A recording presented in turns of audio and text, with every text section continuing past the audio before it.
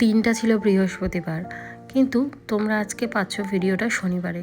কি করব, শরীরটা একদমই ভালো নেই, তার জন্য তোমাদের সাথে ভিডিওটা আর আমি পরের দিন শেয়ার করতে পারলাম না। হ্যালো এভরিওয়ান, আমি প্রিয়াঙ্কা। তোমরা কেমন আছো? আশা করছি খুব ভালো আছো। তো চলো, আজকের ভিডিওটা আমি তোমাদের সঙ্গে করে এখান থেকে শুরু করছি। আই হোপ খুব ভালো লাগবে। ভালো লাগলে একটি লাইক করে দেবে, চ্যানেলের পাশে থাকবে, অবশ্যই কিন্তু সাবস্ক্রাইব করে দিও, একটা ছোট কমেন্ট করবে। তোমাদের একটা কমেন্ট আমাদের না অনেক মোটিভেটেড করে সুন্দর সুন্দর ব্লগ ভিডিও বানানোর জন্য। সকালবেলা ঘুম থেকে উঠেছি প্রায় অনেকক্ষণ। আজকে আর শরীরটা সাথ দিচ্ছিল না, তাই আর সকালে ক্যামেরা অন করিনি, ব্যাকগ্রাউন্ডেই সমস্ত কাজকর্ম সেরে নিয়েছি। তারপরে কি একটু বেলা হতে ভাবলাম যে না, এবার একটু ক্যামেরাটা অন করি, কারণ এটাই তো আমার পেশা বা এটাই আমার নেশা বলতে পারো।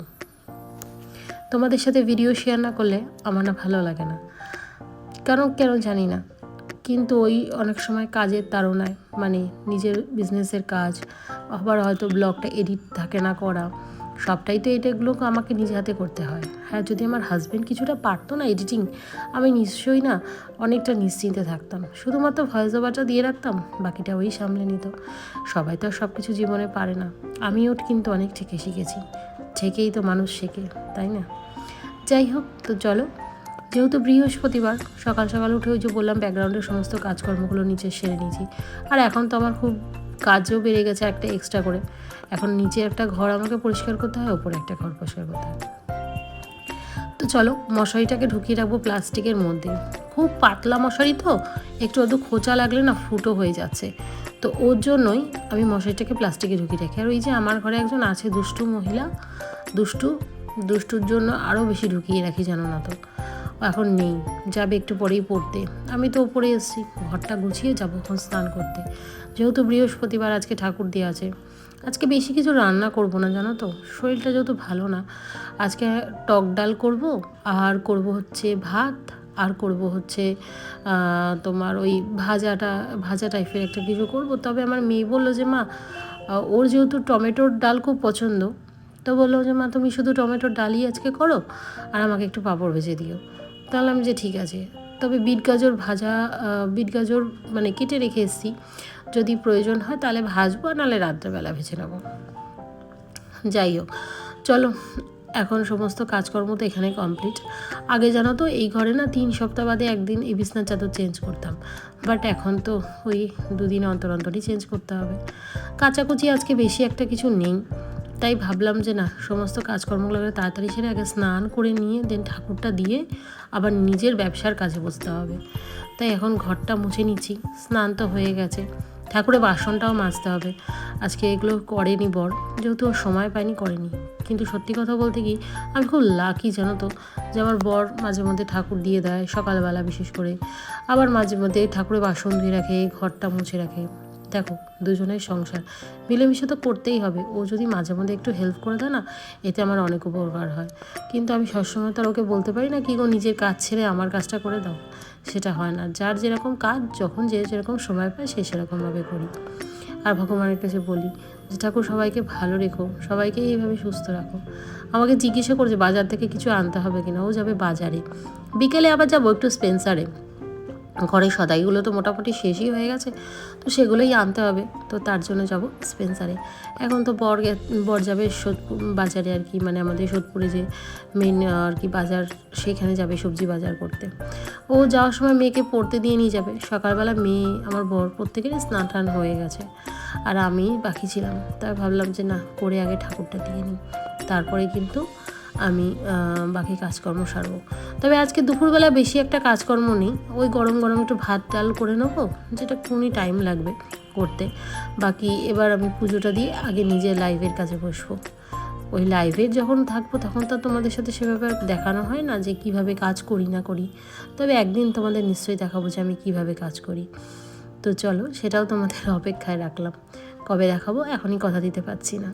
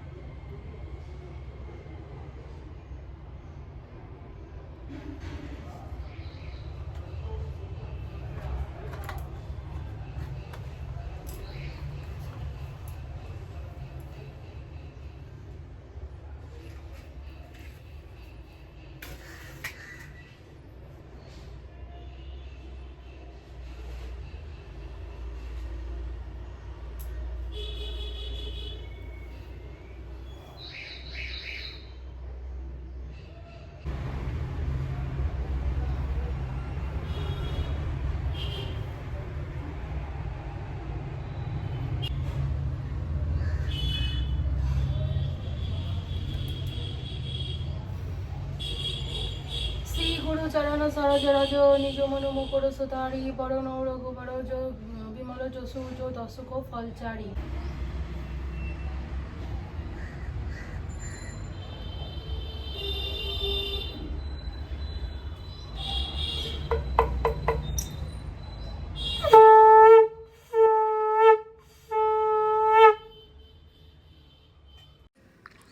আমার কাজ শেষ হওয়ার 10 মিনিট আগে আমার বর চলে এসছে বাড়িতে।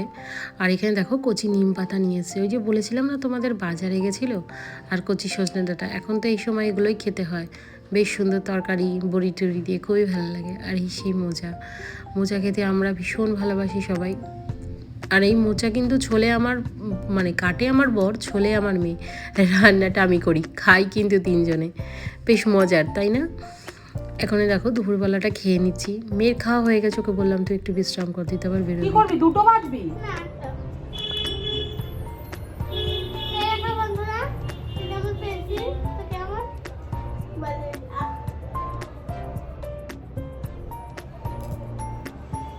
কটা বাজে? তোর বাবা এখনই ব্যস্ত হয়ে গেছে।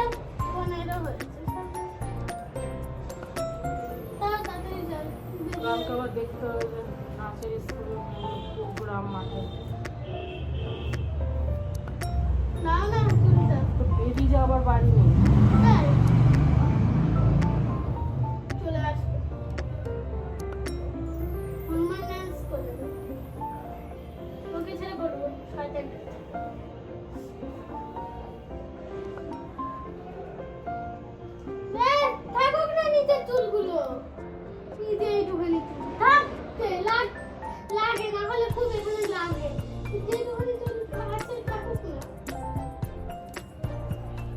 যতটা আমার হাতে আসে ততটা করে দিই, বাকিটা তো খুলেই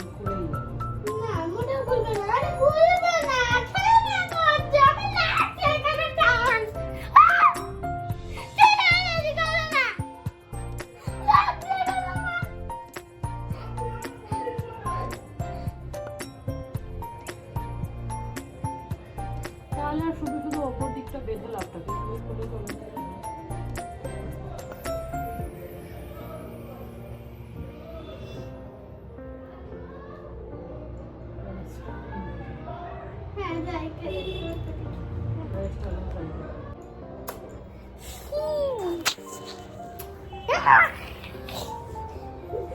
আস্তে বেরো, পড়ে যাবি তো।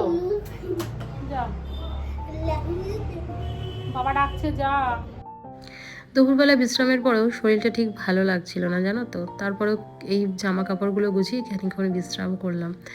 মেয়ে আসবে, তারপরে ওকে খেতে দেবো, একটু ওকে পড়াতে নিয়ে বসবো, দেন রাত্রেবেলা বেরোবো। চলো তাহলে তোমাদের সাথে আবার সেই পরেই দেখা হোক।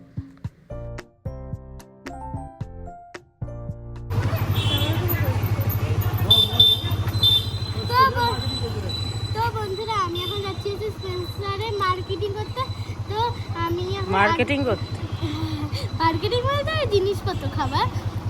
চলো গিয়ে আবার দেখা। যেহেতু ব্যাকগ্রাউন্ডে মিউজিক বাজে, তাই আমি তোমাদের সাথে ভয়েস ওভার দিচ্ছি। চলে এসেছি আমরা স্পেন্সারে। আর এখানে আমার মেয়ে আর আমি ওই যে দুজনে দাঁড়িয়ে আছি। বরকে বলছি কি একটু ভিডিও করে দাও। আগে যেন আমার বরটা অত ভিডিও করতে পারতো না বা জানতো না, বাট এখন একটু পারে, একটু জানে, একটু বোঝে। তো চলো, ফার্স্টেই আমার মেয়ে ঢুকেই আগে ওর এটা দেখেছে যে মা হোলি পারপাস অনেক কিছুতে সাজিয়েছে স্পেন্সারে। কিন্তু এগুলো আমার ভীষণ ভালো লাগে, জানো তো। ওর তালে আছে যে ও দেখছে হচ্ছে তোমার ওই যে নিচে পিচকিরিগুলো। তবে ওর কিন্তু পিচকিরি আছে, গত বছরের অনেক বড় পিচকিরি, আর প্রচুর জিনিসপত্র। এখানে আমার সব থেকে নজর কাড়লো এই জিনিসটা, আমার নেই, জানো তো। বরকে বলেছিলাম কিনে দাও, ভালো লাগবে, বলছে না তোমাকে ভালো লাগছে না। আমরা এখন রাত্রি 11:15 বাজে, এখন বেরোচ্ছি স্পেন্সার থেকে। এই পলে সব ভাঙবি কিন্তু। বাবা নিয়েছে এক ব্যাগ। আমাকে যে গিফটটা দিয়েছে ওর বাবা, ওর লাল করছে। গিফটে কোনো হাফ হবে না, গিফটে কোনো হাফ নেই।